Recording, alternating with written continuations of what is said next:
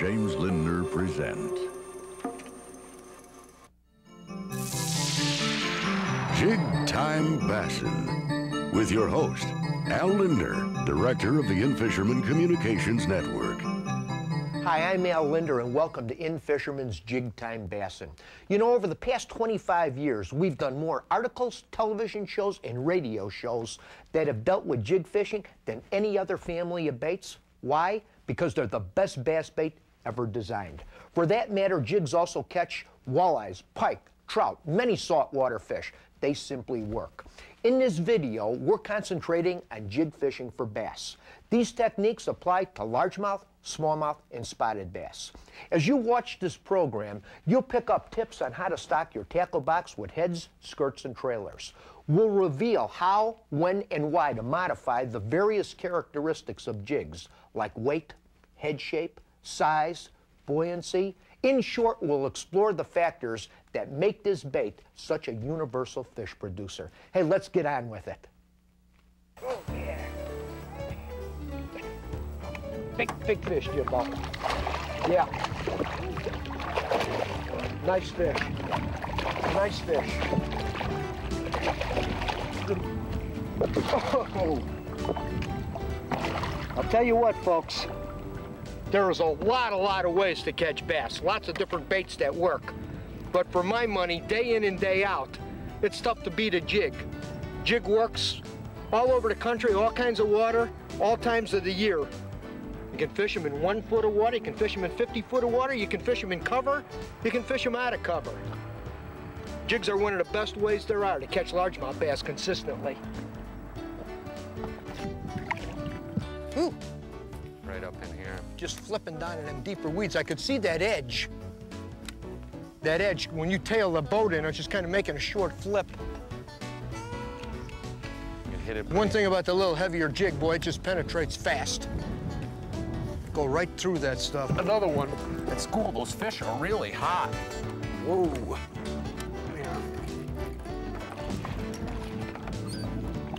Another big bass. Here we go. Come here.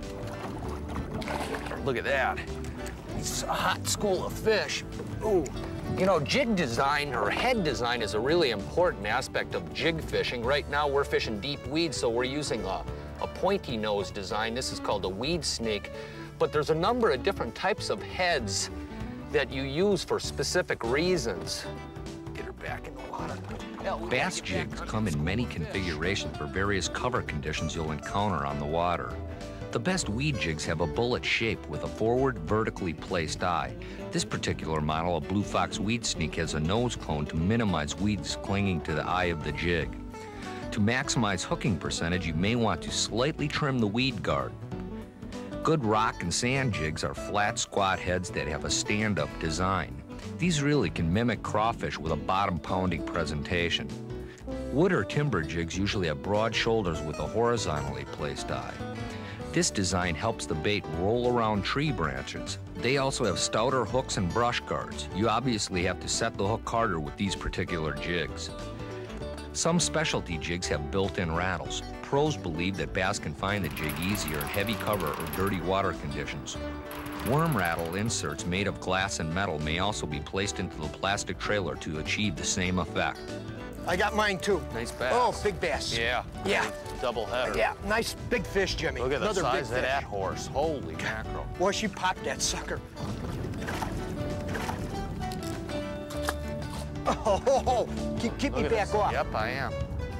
You know, one of the biggest questions that you got to ask yourself when you're fishing for bass with a jig like this is, when do I fish it with pork, or when do I fish it with soft plastic?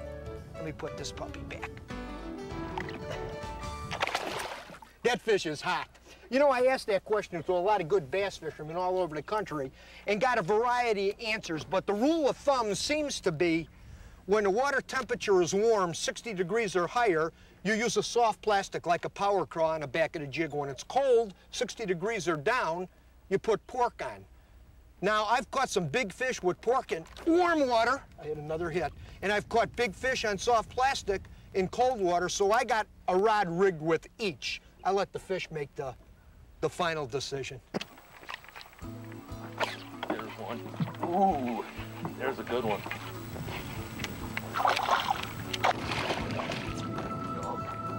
Fish came real deep, Al. Real deep. Got the deep clumps. That's a nice sized fish. Come here. Here we go. Jig weight is an important facet of jig fishing for bass. You really need a good selection. As in any type of jig fishing, your control is in the weight of the bait. You really need a good variety of different weights, anywhere from 1/8 to quarter, half, 3/4 up to 1 ounce like we're fishing here. Right now we're fishing really deep weeds, which are in 17 foot of water. The weeds are 8 foot deep, and we want the baits to actually sink down and penetrate that dense cover. A lot of times what you can do with the real heavy jig is trigger inactive fish with a real hard snap and let it quickly fall back down. You remember, you always got to follow it back down, but a lot of times it's unbelievable how effective that can be for triggering biters. If you get it right on top of them and it goes up and then falls right back down, the fish will just snap on the bait. The other side of that coin, Jimmy, is the lighter jig. A lot of times an 1/8 or 1/4 ounce jig that glides real slow is the ticket. What weight is, it's the fine tuning point of making fish strike depending on the mood they're in. Critical. Yeah, I'm gonna spin back around and sort of pull back out over that deeper weeds. I sort of came up on top a little bit high. Back around here. The other key besides weight is color. Now I like to carry a lot of jigs that just have the bulkhead itself and a whole bunch of skirts with it, and you can mix and match the color of the conditions you're faced with, whether you're in clear water, dirty water, or stained water. There's another one. Ooh, there we go. Nice one. Here you go, little airborne ranger. Not a big guy. There we go. I think most guys will agree that the best way to fish these jig and pig or jig and craw combos is with a bait casting outfit. 6, 6.5 footer, sometimes even 7, 7.5 footer. You're using 25, 30-pound test if you're in heavy bushes or wood or real deep coontail beds, or you can go to 10-pound test if you're in light, sparse, open water conditions. And the only condition that I could think of where a spinning rod would come into play with a jig is when you're skipping a jig underneath boat docks. One of the real beauties of a jig is its versatility. You can skip them under docks, you can flip bulrushes, wood piles, fish deep weed lines like we are here, swim them over weed flats, fish pound them down on rock piles down in 25 foot of water. The bait is so versatile because it works anywhere. You can fish the bait anywhere. That's why it's such a successful bait. Oh. Got him? Yeah. Coming up. Feels like a bigger fish, Jim. She's coming up. She's coming up. Oh, yeah. Big fish. Big bass. Oh, she's going quick. Big fish. One of the bigger fish we got this afternoon. Beauty. Snub him down with that 20-pound test. He ain't going nowhere. Come on, Mama. Oh, I thought it took my pork off for a second, but it didn't. Not only, folks, are jigs fun to fish, easy to fish, they're extremely productive on largemouth bass, any water, anywhere in the country, all year long. And they tend to produce big bass like this consistently. Jig Time Bassin. The weight factor. Jig weight, which controls drop speed, is the most important factor in jig fishing. In some heavy cover conditions, such as weed or wood, a heavy jig, say 1/2 ounce to 1 ounce, may be needed just to penetrate the cover you're fishing. A heavy bait may also be snapped up and down off rock piles to trigger fish into biting. On the other hand, when bass are inactive, a lighter jig with a slow drop speed tends to produce better. You have to fish them slower. By doing this, the bait stays in a bass's strike zone a lot longer. There's 3 different ways to control the drop speed of the jig. Changing the head weight is the most obvious way to speed up or slow down the bait's fall. The size and density of the jig skirt may also be changed to alter the drop speed. Now, in some cases, you may even double the skirt to slow the bait's fall. In other cases, you may want to thin the skirt fibers down to increase speed. The size and shape of the plastic or pork trailer is the third factor that can have a great bearing on how the bait falls through the water. Large, bulky pork or plastic crawfish imitations create substantial water resistance and slow the drop speed dramatically. Now, thin profile trailers, like worms, eels, or leeches, have less effect on how fast the bait will drop. Experiment. Active bass can pound any jig that gets close to them. When the fish are inactive, slowing drop speed could mean the difference between catching 2 bass or 10 bass. In the next 2 segments, we'll examine some other factors that affect jig selections. Big one again. Get a couple of them. Another nice while to get that one out of there. Yeah. Keep in mind, you thought that was the only one in there, huh? You admit it. Nice fish. Oh, come on. Whoa. Nice fish. Nice way to start this baby off. Look how fat she is. You know, there's a lot of people that think early season bass fishing is a no-brainer. All you do is tie on a spinnerbait and start beating the bank and you catch fish like this all day. Those of us that spend a lot of time on the water know that that ain't the case. Especially early in the year, real early, when bass like this first make a movement into shallow water after spending all of the winter down in, say, 15, 20, 25 feet of water. Fishing can be real hit and miss if you don't pay attention to details.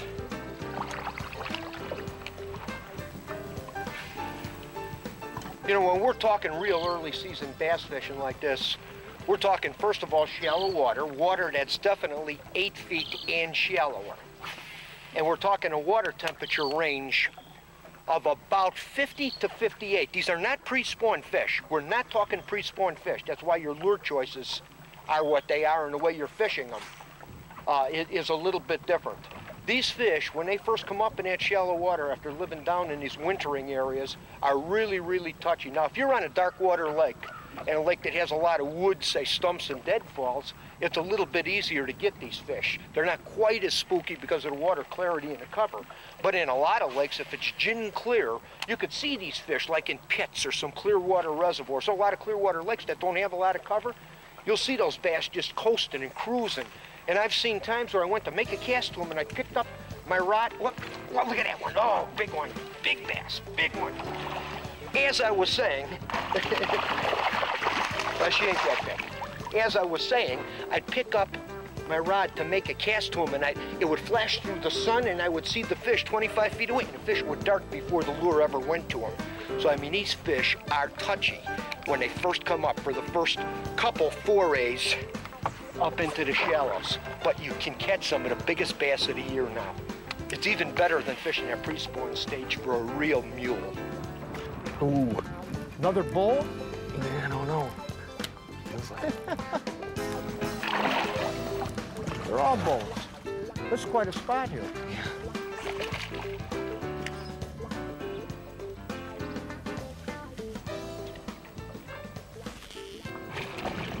Well, there you go. Look at that. Now we're talking. They like coming in. Just starting to warm up. Look at that.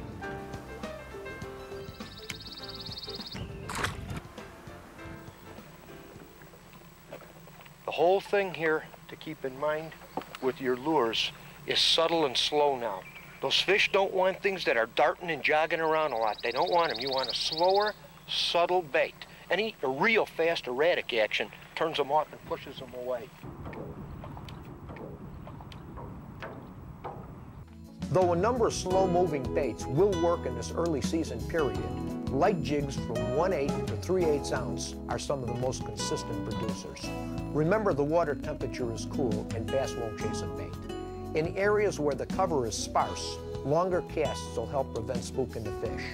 If you're fishing cover like isolated wood or weed clumps, you may have to make a repetitive cast in the same area to trigger these fish. James, I'm having myself a grand old time here today. That's one thing, you get it right. This is one of the first waves of fish, the first really warm, sunny day we've had this spring. And those fish, just like me, know that summer's on its way. You got another one too? Big one. Let me get another cast in there and see if I can find one. Try to keep us out. It's a better one there. Especially when they first come in, it seems like that's when you see those really King Kong models, too. No question. Numbers of the real big fish. When they first come in, it seems like, well, there you go, look at that. There we're talking. Locationally, throughout this time, bass will seek areas that warm quickly. Shallow, flat bays, channels, and coves protected from strong north winds tend to pull fish in first. How fast the water warms can really dictate where fish will position in these areas. If the water warms fast, the bass will often be pulled shallow to the back end of the bay or cove. A lot of the time, steeper bank areas where there is slightly deeper water will collect fish moving in, particularly if you have cover like wood or brush. They're all bones. This is quite a spot here.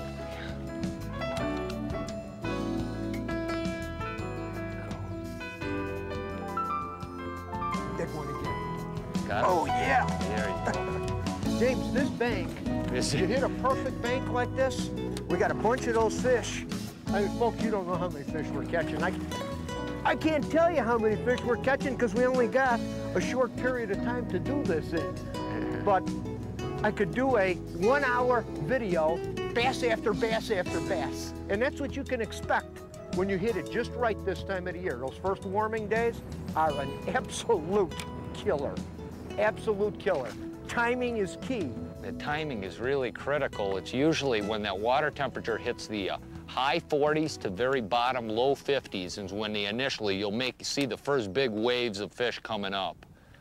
One thing to really keep in mind that'll help you get a few more fish is concentrate on the sun-exposed banks at this time of the year. Those areas that warm up a little bit, you'd be amazed at what 1 or 2 degrees difference makes. You might not notice it, but the fish absolutely notice it. And I'm talking 1 degree difference, and you want to be exposed to the sun. It's the difference between catching no fish or a lot of fish, and that usually means concentrating on the northern exposed banks as a rule of thumb. This is probably one of the few times of the year when a temperature gauge could be one of your most important pieces of electronics in the boat. Right now with this bottom line, we have it right on there, but you pay a lot more attention to it at this time of the year. Yeah, oh, big fish, Jimbo. Oh, yeah. Yeah. Ooh. Ooh. Man, we think there's probably 2 of them in there. Yeah. Yes. Come here, Mama.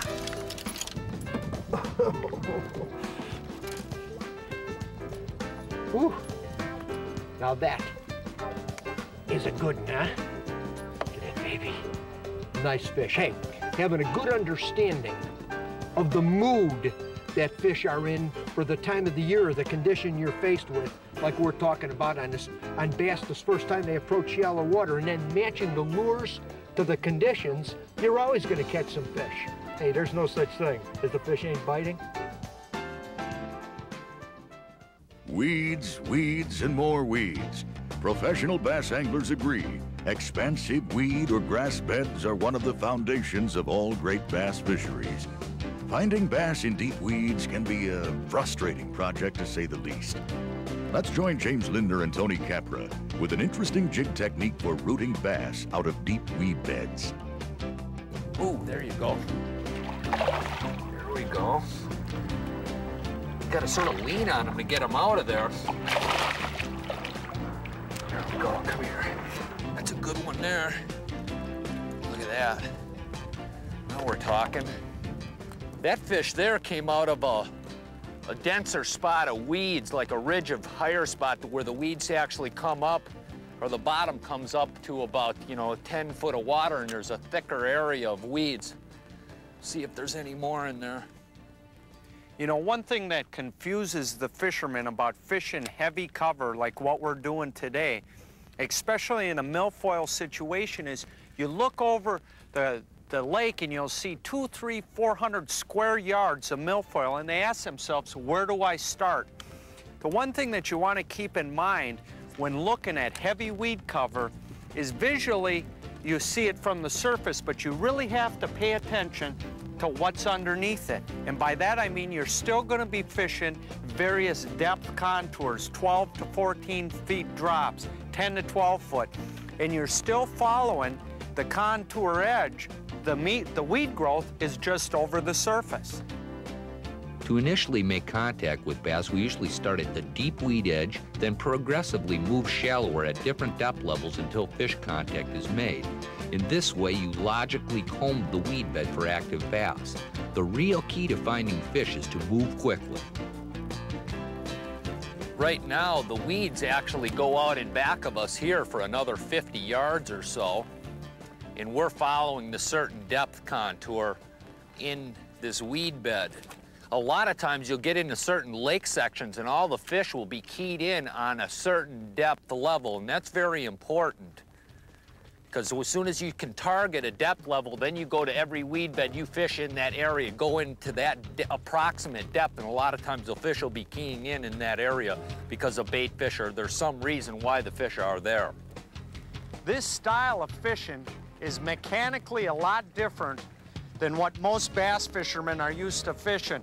We're fishing a vertical presentation here because of the density of the weeds. And what you want to do is you want to make real short casts. You want to hit the holes in the weeds, and with a good pair of Polaroids, you'll be able to see these holes. You hit the hole, feed the bait line, and you want to watch that line when it goes down, because a lot of times you won't feel the strike. You'll just see the line. Boom, the line will jump, shake it a couple of times. If nothing happens, reel back in and get to the next hole. This spot right here we're fishing is quite an interesting hydrographically. Down below us, what you have like a deep inside corner where 20 foot of water cuts in right in back of us here in the distance. And where the fish are at are back into the weeds from that draw, back into the weeds, and then it comes up onto a rise in this area, like 10 and 12 foot in here, dumps into 18 foot of water, and there's like a divot that cuts back in here.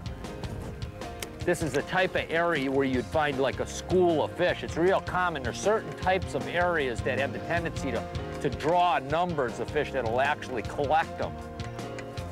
There's one. Oh. Oh, see, you gotta get on them to get them out of there. Nice. Oh, good one.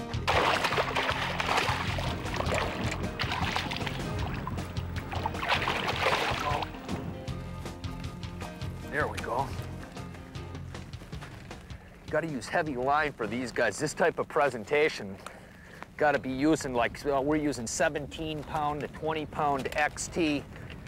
With the snapping retrieve, it's also really critical to retie your knots a lot, because you're ripping up and down and you're putting a lot of pressure on this line right in here. So cut a couple of feet off every like half an hour or so and retie. Right in here, we're on them right here. There he is. Good one. Nice, a good fish. Horse, there you go. Oh! Oh, there he is. You know, folks, there's a real specific jig design that'll work for these exact situations. Heavy jigs in the 1/2 to 1 ounce size are mandatory to penetrate this dense weed cover. The best jigs for this technique have a center-placed eye with a bullet shape to minimize weeds getting hung up on the bait. Big plastic crawfish, grubs, or pork frogs were great as trailers. This size of bait really targets large fish. Right on the edge of that. There we go. There's a lot of different types of spots in these weed beds that you want to look for that'll hold or concentrate the fish. You know, I mean, there's huge areas, and a lot of times you'll have big schools of fish in a relatively small area. Oh, there we go. It's a better sized one. There are a number of specific conditions we look for within any weed bed. Weed points are always worth examining.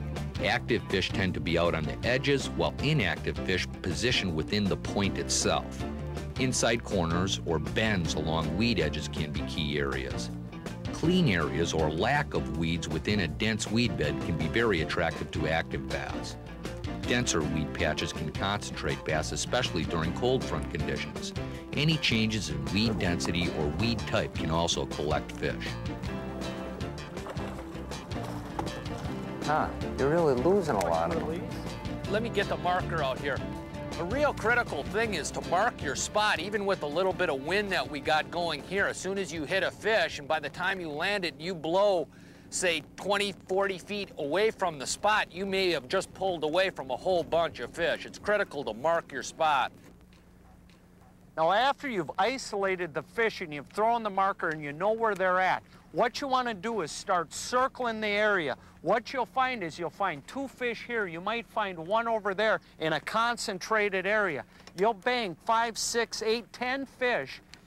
After they quit biting and you've spooked them, what you want to do is let them rest for, let's say, 2 or 3 hours, and then you can come back to the same exact spot and pick up another 3 or 4 fish. A lot of times, the second time through, you'll catch the bigger fish. Right now, these fish seem to prefer a real soft, subtle retrieve. We're letting it tear through the weeds and just fall slowly down, and we're jigging it sort of softly. That isn't the case all the time. Sometimes they like a real snap and let it fall down quickly. Snap, let it fall down quickly, and that'll trigger strikes. But the attitude of the fish can really dictate how you want to work the bait, and you got to sort of, that can change actually hourly on a particular body of water. It just depends on the attitude of the fish that you always got to be experimenting with. There he is. This is a better sized fish. Boy, look at them, and they're barely hooked. Lip hook. Look at this guy, huh? Oh, there you go. Look at the size of that guy, huh? That's what we're talking about. Deep weeds, big bass. Try it midsummer. It pays off. Jig Time Bassin. The size factor.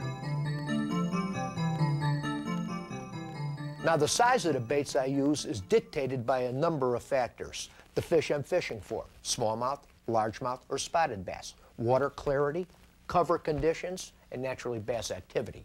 First, let's look at the individual fish species. If I'm fishing smallmouth, I lean toward the smaller end of the jig spectrum most of the time. Tubes, grubs, and hair jigs are my main choice wherever I fish them. For largemouth bass, I lean toward the larger baits. Spotted bass often call for in-between size baits. The next thing I'll consider is water clarity. In extremely clear water, I tend to use smaller baits. In dirty water conditions, larger, brighter, and noisier jigs are my first choice. After water clarity, I look at the cover conditions. The heavier the cover gets, the heavier the jig I need. In clear water with sparse cover, I can get away with a much smaller bait. Finally, the bass's activity level often dictates the preferred bait size. I've seen conditions where 2 to 4 pound inactive smallmouth would only bite on a tiny bait like this. I'm talking 1-inch tubes and grubs. On the other hand, largemouth bass in fall often like big baits, 5 to 7-inch jig and craw worms or craw combinations. Always try a couple of size combinations. The fish will tell you what they want. In the next 2 segments, we'll get into more detail on water clarity and how it affects size, speed, and depth of your jig presentations. Bass in clear water versus bass in dark water. Same species, but they can display contrasting behavior. Their location, when they feed, how far they'll chase a bait, and the type of lure needed to trigger a strike will all be influenced by water clarity. Let's join Al Lindner with the fine points of chasing dirty water bass. Not bad, is she? Look at her.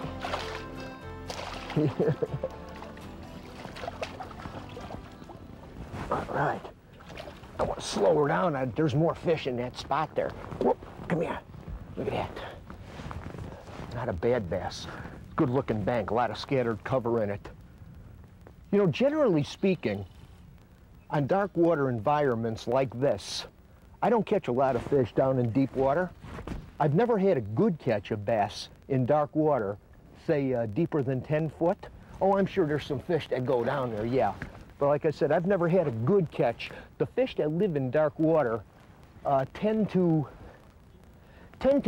to be more spread out. They don't tighten bunch real close like clearwater fish do.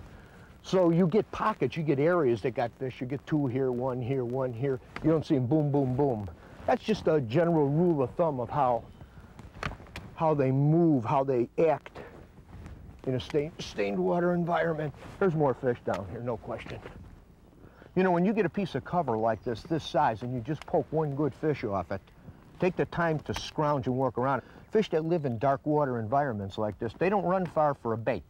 That strike zone is very, very small. You got to hit them right on the nose. And when you catch one fish, you can be sure that there's more there, absolutely more there. And a lot of these dark water lakes got a lot of different kinds of shallow water cover. And when you zero in on one type of cover that's holding fish, make sure you keep concentrating on that one type of cover. Although there's so much variety in a lot of cases, you know, it'll all hold some fish, but some is always better than others. That's what you want to concentrate on. What pattern's working the best. This is getting dangerous fishing like this if I hit one here. Oh, yeah. Oh, boy, boy. Come on, baby. Oh, yeah. Ooh, I got to pull away from that cover a little bit. I don't want to drift in on him. There's more than one there, that's for sure. Whoa, come on, baby. Good-looking chunk. Good-looking chunk. Come here, come here. Flipping fool scores again. Now that, folks, that is a nice bass in anybody's standards. I don't care where you're fishing in this country, that's considered a good fish. Now, any body of water like we're fishing today where it's basically dark, dingy water, visibility is 1.5 feet probably. In dark water environments like this, the fish average considerably better than clear water fish, considerably better. And they're also not quite as susceptible to weather changes, which is a big plus. I mean, local weather and water conditions, fronts, high water, low water, don't affect fish that live in dark water environments as bad as fish that live in say, clear water environments. And those are all big pluses in my book to consistently put more big bass in the boat. Let's see if we can poke a few more before this rain hits us, huh?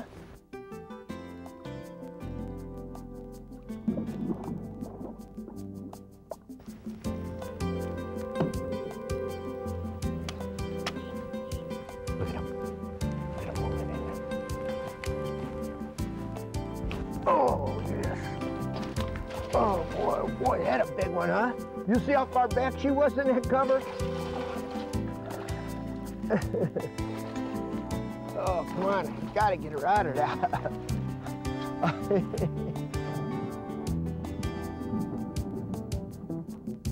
Boy, that fish spooked out of that bush, and I threw back in there and got her the third cast. I also changed baits. I went back in there with a white bait and a craw. You know, a good rule of thumb for largemouth bass in stained water is to fish bigger lures, fish slower, and always keep contact with the objects you're fishing, bushes, logs, whatever they are, or keep the bait close to the bottom. Fish got a small strike zone and they won't run far to hit a lure. Let me show you some of my favorite baits for largemouth bass in stained water situations. Dirty water means small strike zones where bass tend to hold tight to cover. In general, dark water conditions means that you have to use larger profile jigs and fish them slowly. The key to jig fishing dirty water is to pick good cover apart with short, accurate casts. Even when dirty water bass are active, you still have to put the bait close to them. When they're inactive, dead sticking or shaking the bait in place may be the only way to entice a strike. Jigs with rattles are often used in these conditions to help make bass bite.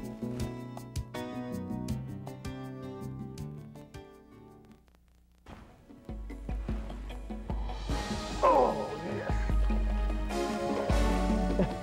Whoa. Oh. Airborne, airborne. Did that fish come out of some tight cover? Holy smoke. Ooh. Did you see the kind of stuff that I was clipping that fish into? Oh, look at the size of that fish. Oh boy, it's been a while since I poked a bass that big. That is a huge, huge fish. You know, when you're fishing big, big bass like this, and they're living way up tight in all of this weed-choked logs, stumps, matted up areas, there's only one way in these kind of dark water lakes to go, and that's heavy. And I mean real heavy. These fish do not care about line diameter. Doesn't bother them at all. So the rule of thumb is fish the heaviest line you can get away with. A lot of times that's 25, 30 pound test line. Fish a bait casting rod, something stout that you can come back and get a hook on a fish. This is no place to go in with, say, a spinning rod. Hey, did you ever try to take a spinning rod with 8 pound test line and throw a 3/4 ounce spinner bait or 1/2 ounce jig and pig in heavy cover and expect to catch anything? It don't happen. Finesse fishing has no place in shallow, dark water lakes. No place.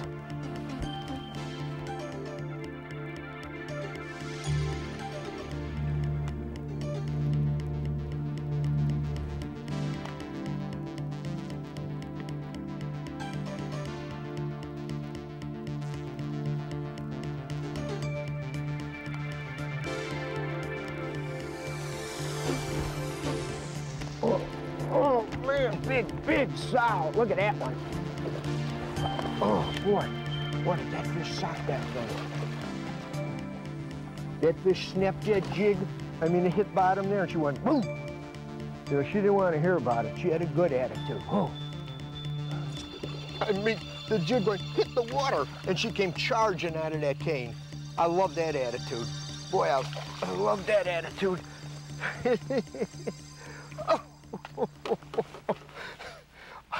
I guess when it's all said and done, all I have to say is this is simply the reason to go and fish dark, stained water environments if they're available in your area. Bigger than average fish, and definitely a lot of them.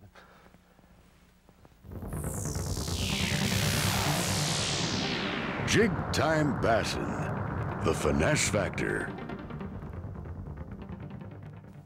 Smallmouth bass are my favorite fish. Jig fishing for smallies epitomizes finesse jig fishing. Now, up to this point, we concentrated on big baits fished on casting rods. But many smallmouth, largemouth, and spotted bass live in clear water with sparse cover conditions, where light line and spinning rods are the best way to deliver ultralight jigs.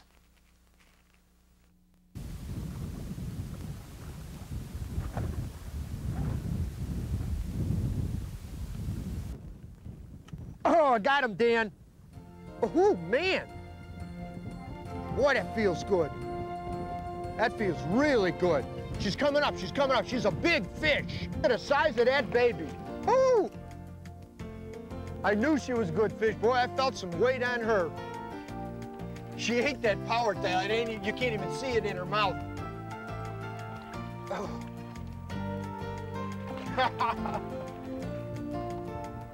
You called this spot right, bub. Oh, whoa, whoa, whoa, come here, come here, come here. Hold still. Okay. Look at that one, folks, huh? That's a nice first fish, Dan. That's a beauty. You know, folks, you can catch smallmouths like this a lot of different ways. They love topwater baits, crankbaits, rattle baits. Naturally, spinners are deadly on them. They're suckers for live baits, jig and spoons, blade baits. But day in and day out, no matter where you fish, lakes, rivers, or reservoirs, spring, summer, or fall, the best way to consistently catch smallies is with soft plastics or impregnated baits on some kind of jig heads. The best soft plastics for smallmouth bass are about half the size generally used for largemouth bass. Some of the better profiles or shapes are small crawfish imitations, grubs. These include split tails, curly tails, or straight tails, tube baits, shad imitators, and 4-inch worms. All should be in your arsenal of soft plastics for smallies. Lure size is an important factor to experiment with. Active smallmouth often like a big grub. Inactive smallmouth prefer baits that look more like a crappie bait than a bass bait. Like a lot of fish, smallmouth attitude can swing dramatically throughout the course of a day. Always experiment. Jig heads, there's a lot of good head designs on the market. Bullet heads, mushroom heads, or plain ball heads will all work. Make sure they have a barbed collar. It'll hold the soft plastic securely in place. I want it right on the spine, right? Right now? Right now. You know what I like best about this spot? It's out of the wind. There's no wind. Well, I hate wind. you ordered a spot with no wind. I found one. I like it already. I like it already. But are the fish here? They're always here. Hey, you want to fish these baits right, folks, and really, really fish them the way they have to be fished to be the most effective. Make sure you use a spinning rod. Not a bait casting rod, not a spin cast rod, a spinning rod. 6 to 6.5 foot. 6.5 works pretty good in a lot of conditions because you got a lot of lift with light line. Most of the time you're fishing 6 or 8 pound test line. Once in a while you go to 4. And in the other extreme you might go to 10. Here's a few key things to keep in mind whenever you're fishing humps for smallmouth bass. Al and I are fishing on Lake of the Woods, Ontario during mid to late summer. Now at this time, the biggest smallmouth are set up on sunken humps, points, and structural elements adjacent to areas where the lake basin is 30 to 50 foot deep.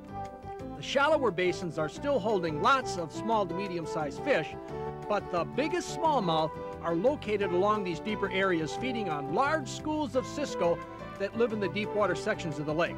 Now listen to this. Lake of the Woods studies show that cisco-eating smallmouth bass grow considerably larger than those that munch on crayfish. This means that our presentation should resemble a minnow rather than a crayfish. Oh, got him, Dan. Another another sow. Whoa.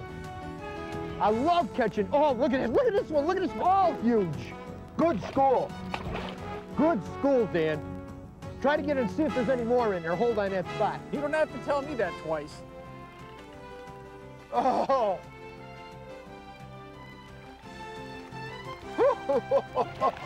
Is he big? Yeah. Beauty. Look at how fat they are. They're like little footballs. Bubba, your line got in my way. You're trying to get in here. Get on my fish. Then he crosses my line. There. Look at that one. Look at how fat these fish are, folks. Look at the stomach on that smallie. Beautiful. These are my favorite fish. Sunken islands are key areas that hold schools of smallmouth from early summer throughout the fall on lakes and reservoirs all across this country. The high percentage spots to look for smallmouth on these sunken islands are the crown or the very highest spot on the island. Sharp drop-offs, points, and corners will also attract smallmouth. The other structural element to look for is a saddle or an underwater ridge that attaches to the sunken island or adjacent underwater points or sunken islands. Saddle areas are always key spots for any kind of fish. But one thing with smallmouths, when you're fishing the spot on the spot, you catch 1, 2, 3 fish right away, and you might as well leave. Don't waste a lot of time sitting there. You're on the money, they're there, and they're biters. It's gonna come up. It's gonna come up. How deep did that one come out? 28 feet, right on this deep lip. Yeah, 28 footer. Yeah, she is. She is deep. Oh, yeah. Oh, folks, if you're like me, you're gonna need crankbaits, spinnerbaits, blade baits, and spoons to catch bass. But don't leave the dock without a good supply of plastic baits. Believe me, they're versatile lures.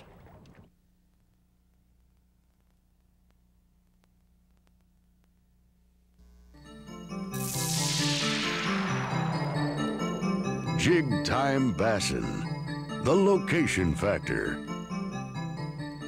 Hey, where do jigs work best? The answer, anywhere.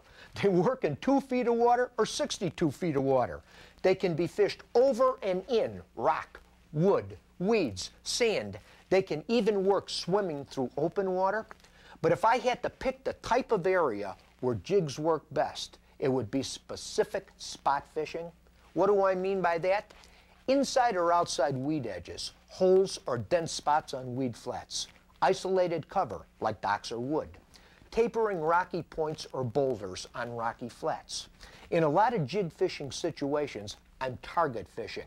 I'm seeing and casting to spots where bass would be set up in an ambush position. Hey, there's no better bait than a jig for these conditions. Stock has a lot of appeal here. Let's join Dan Sura and James Lindner with with an overlooked pattern for summertime bass.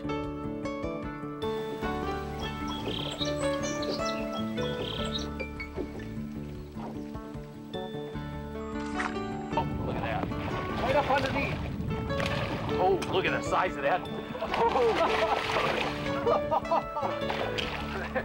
Easy on him. Easy on him. Light line. Not bad. There's more under there. You gotta get that. I know. I'm skipping my bait back in there again. There should be more. Oh, yeah. Yep. Oh! One more spurt. Come here, you. Oh, yes. All across the country, a lot of folks are saying bass fishing during the summer can get really tough. Well, today we're fishing a pattern, dock fishing. And it's really simple. It's a basic pattern, and it's applicable into all types of waters all across North America. You can find jumbo bass midday following some very simple techniques. And one thing about this fish and the movement of these fish, it's tied in with the weather, and we're going to be talking about that today too. Let's go get them.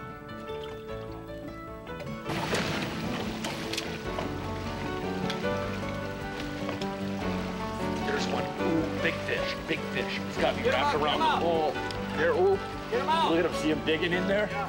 See if you, oh, it's got me tied up. Right around the pole. No, he's not that big.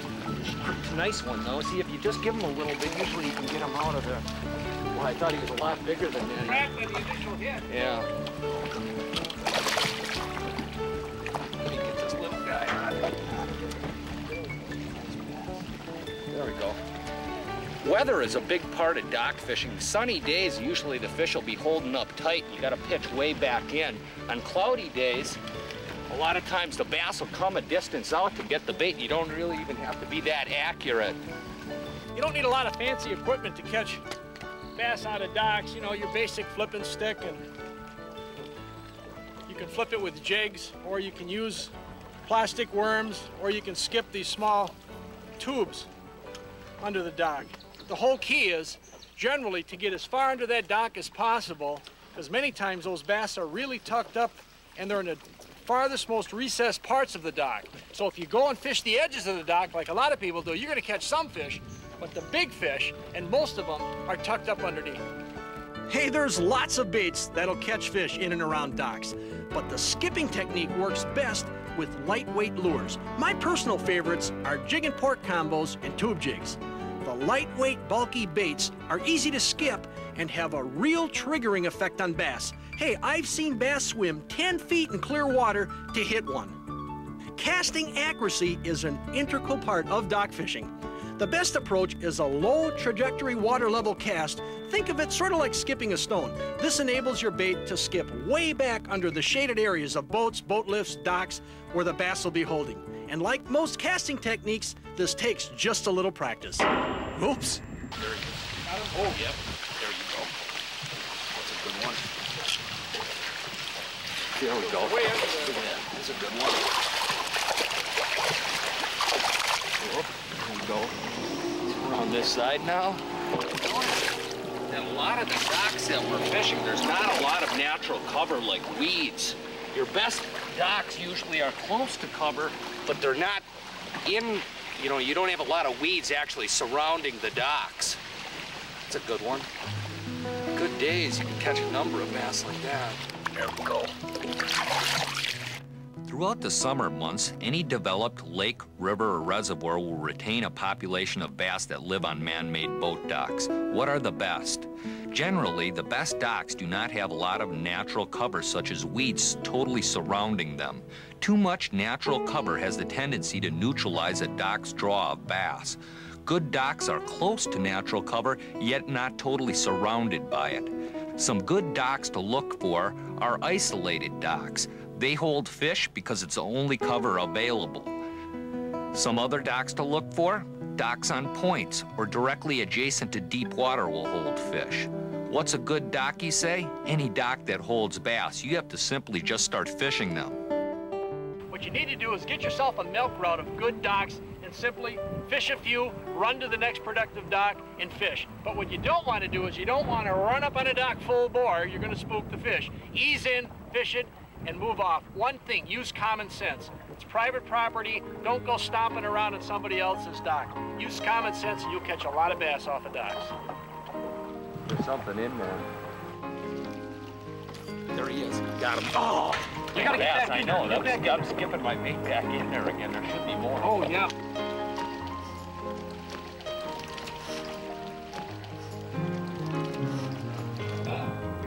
What a Big dock bass. Got him that time. Again? Yep. Got him that time. So we had him hooked twice. 3 times. Yeah. Look at the size of that.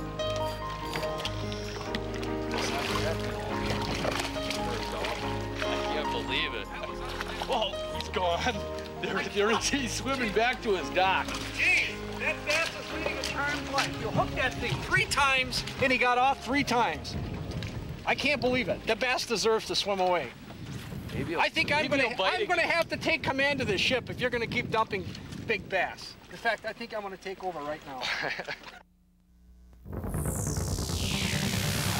Jig Time Bassin, the speed factor. We've already looked at the drop speed of jigs and its importance when jig fishing. The speed factor is not only how the bait drops in the water, but how it moves through the water, the way you impart action into the bait by retrieving it. Good jig anglers realize how fast or slow they retrieve a jig. Whether they're snapping it or just dragging the bait along the bottom can have a bearing on how many bass will bite it. In some cases, no movement or dead sticking could be the best retrieve. At other times, a fast, erratic lift drop will generate more strikes. At other times, a slow swimming retrieve could be the ticket. The point is, it's vitally important to realize how the bait is moving when you get bit to duplicate that retrieve again. Once again, experimentation will lead you to the right direction for the day. Even over the course of the day, the bass's activity level changes, and you have to match your retrieve to the present mood of the fish. The willingness of a bass to hit a lure is influenced by many factors.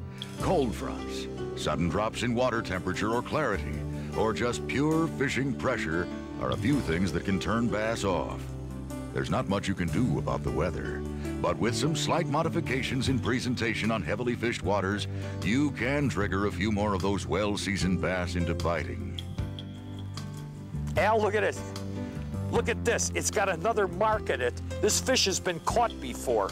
That's one of the things we've learned with these different color baits, and that is to, in a lot of high-pressured lakes that got a lot of, there, he's got one there, that are highly pressured, that these white-colored jigs can absolutely be dangerous on the second time through. Good fish. Ooh, did that feel good? Did that feel good? Nice way to start the morning out. Come here, come here. Come here, big mama. Look at that baby, huh? You know, you ask any serious bass fisherman, what's your favorite lure to really produce some big bass consistently? And I bet you the majority of you would pick a jig and pork rind or a jig and craw combination. And you know what? I'd agree with you 100%, no question about it. Jigs produce really big bass consistently. Now, you know, in our business, I get an opportunity to fish all over the world on some of the best bass waters with some of the best fishermen in the country.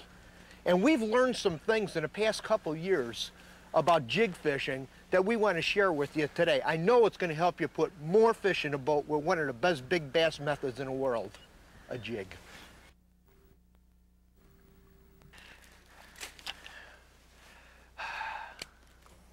You know, I do believe in conditioning. I know for a fact that bass can get conditions. That's why the lifespan of a particular bait or size or something lasts about 2 or 3 years on a system, and that's it. And its real effectiveness, its punch is gone. So it's important to pay attention to things like size, shape in soft plastics, color, something those fish have not seen, something that breaks the traditional methods.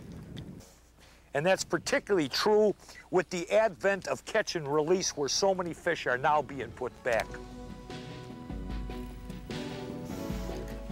Got him, Al. Good one. fish. Right in the corner. Oh, beauty, Ron. Beauty. I'll tell you, Alphonse, it works everywhere in the country. Ooh, big bass.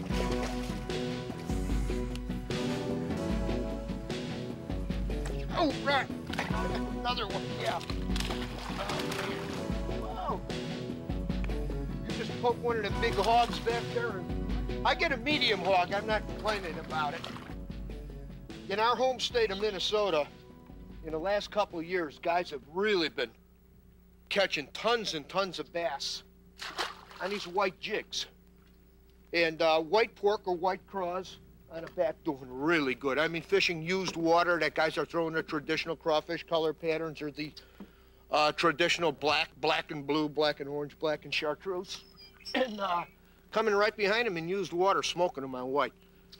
And we've traveled all over the country fishing with these white jigs, and I'm telling you, you gotta add it to your black and crawfish color jig box. It simply works. No matter what the water conditions, what the color water is, dark, stained, clear.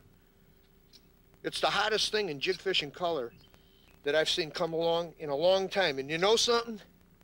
I'm not a big believer in color, but white really got my attention big time. Okay. Oh, look at that, Ron. Oh, good fish. That's the kind. I'm still down there, Al. I'm going for the see buddy. If there's a double in there? Yeah. Look at that baby work. I want to pull her back out of Ronald's hot spot. Maybe then we can double up on that one. Them big bass just don't want to quit. Okay. Oh, look at this. I gotta show you how she ate this thing. Them big bass, and that is a big bass. Look how she engulfed that whole jig. Now this thing, this is what I wanted to show you. This concoction has been producing big bass, really extremely big fish for me, north, south, east, or west. It doesn't make a difference where I've been using it. And I've added it to my jig fishing tricks for big fish. Let's talk about it in a minute. What's some of the things, the triggering factors of a jig? Well, size and shape definitely is some of them. This is a big bait. This is an 8-inch long sandworm. It's a power bait Berkeley came out with a couple years ago on the back of a big thumper jig. 1/2 ounce, 3/4 ounce, you know, something with weight that presents a big bait. And I'm telling you, it has really been consistent. It isn't a fluke. So you know the importance of shape. You want to add this to your bag of tricks, especially when you're looking for that one gem fish. Size, color, and shape are not the only variables to be concerned with when you're jig fishing. How the bait moves through the water is also an important factor. Most bass anglers retrieve jigs with a simple lift-drop motion. Recently, a handful of tournament anglers have been doing exceptionally well by dragging jigs on the bottom or reeling them horizontally with more of a swimming motion. Hey, in both cases, bass have just not seen jigs presented in this manner. Studies have shown that bass in heavily pressured water can be conditioned to avoid lures they frequently see. This holds true to many highly sought-after fish. Now that is another real horse, huh? Look at that baby. You know, what we wanted to do today was just share with you, just some of the things we've learned in the past couple years with one of America's most productive big bass baits to jig. And I know you put some of these tips to use in your area, you're gonna catch more and bigger bass than ever before. We hope you've enjoyed this program. For more information about the In-Fisherman Video Club, call 1-218-829-1648 or write In-Fisherman Video Club, 2 In-Fisherman Drive, Brainerd, Minnesota 56401.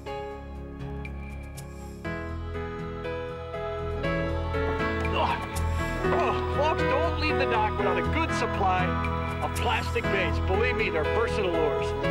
She's coming up, she's coming up. She's a big fish. Look at the size of that baby. Woo!